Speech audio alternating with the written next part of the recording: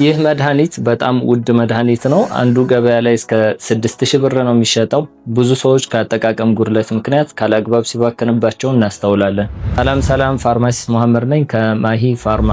ሲምቢኮርት አስማና ሲኦፒዲ የአስም በሽታንና የሳምባ ምች በሽታ ምልክቶችን ለማከም የሚያገለግል የመድኃኒት አይነት ነው።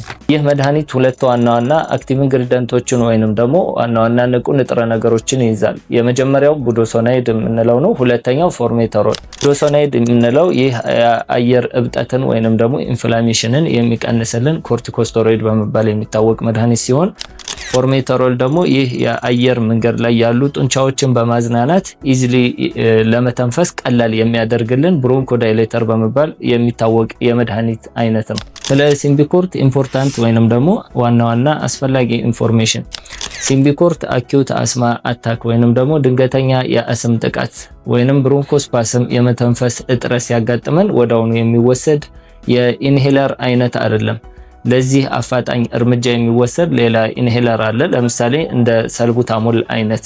ሲምቢኮርት በረጅም ጊዜ የሕክምና ክትትል በዶክተር ትዕዛዝ ብቻ የሚወሰድ የመድኃኒት አይነት ነው። ብዙ ጊዜ በዶክተር ትዕዛዝ ጧትና ማታ አንዳንድ ፐፍ ይታዘዛል፣ እንደ በሽታው ሁኔታ ማለት ነው።